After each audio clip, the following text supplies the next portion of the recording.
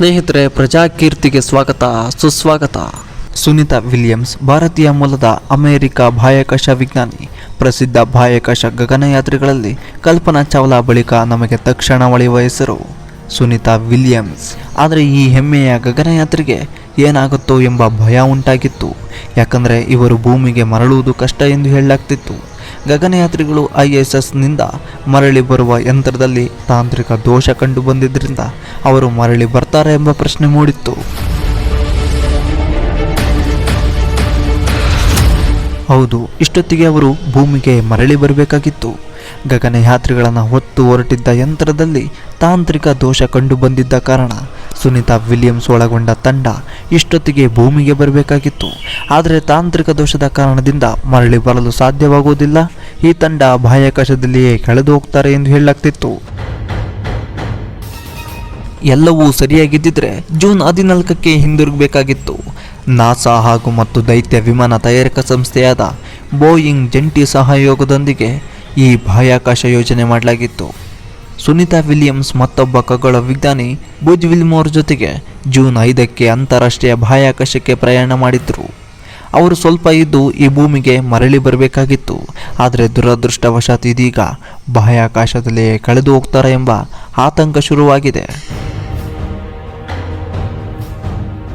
ಗಗನಯಾತ್ರಿಗಳ ಪ್ರಾಣಕ್ಕೆ ಅಪಾಯ ಎದುರಾಗಿದೆ. ಇವರನ್ನು ಹೊತ್ತೊಯ್ದ ಯಂತ್ರದ ಇಂಧನ 45 ದಿನಗಳು ಮಾತ್ರ ಬರುತ್ತೆ. ಆದರೆ ತಾಂತ್ರಿಕ ದೋಷ ಸರಿಪಡಿಸದೆ ಹೋದರೆ ಇಂಧನ ಖಾಲಿಯಾಗುತ್ತೆ. ಇಂಧನ ಖಾಲಿಯಾದರೆ ಮತ್ತೆ ಭೂಮಿಗೆ ಬರಲು ಸಾಧ್ಯವಾಗೋದೇ ಇಲ್ಲ. ಜನರನ್ನು ಭೂಮಿಯಿಂದ ಬಾಹ್ಯಾಕಾಶಕ್ಕೆ ಕೊಂಡೊಯ್ಯುವ ಟ್ರಿಪ್ಗೆ ಮಾಡಿದ ಟ್ರಯಲ್ ಇದು. ಹೌದು, ತುಂಬ ಜನರಿಗೆ ಬಾಹ್ಯಾಕಾಶಕ್ಕೆ ಹೋಗಬೇಕೆಂಬ ಆಸೆ ಇರುತ್ತೆ. ಒಂದು ಟ್ರಿಪ್ ಹೋಗಿ ಬಂದಿದ್ದರೆ ಚೆನ್ನಾಗಿರ್ತಿತ್ತು ಅನಿಸಿರುತ್ತೆ. ಆದರೆ ಅದು ಇದುವರೆಗೆ ಸಾಧ್ಯವಾಗಿರಲಿಲ್ಲ. ಆದರೆ ನಾಸಾ ಮತ್ತು ಬೋಯಿಂಗ್ ಸಂಸ್ಥೆ ಮೊದಲಿಗೆ ಗಗನಯಾತ್ರಿಗಳನ್ನು ಕಳಿಸಿತ್ತು.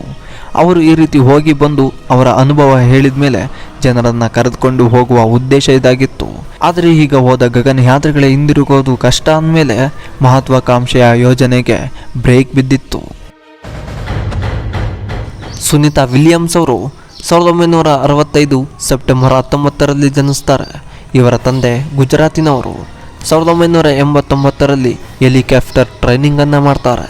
1993ರಲ್ಲಿ ನಾವೆಲ್ ಟೆಸ್ಟ್ ಪೈಲಟ್ ಆಗ್ತಾರೆ.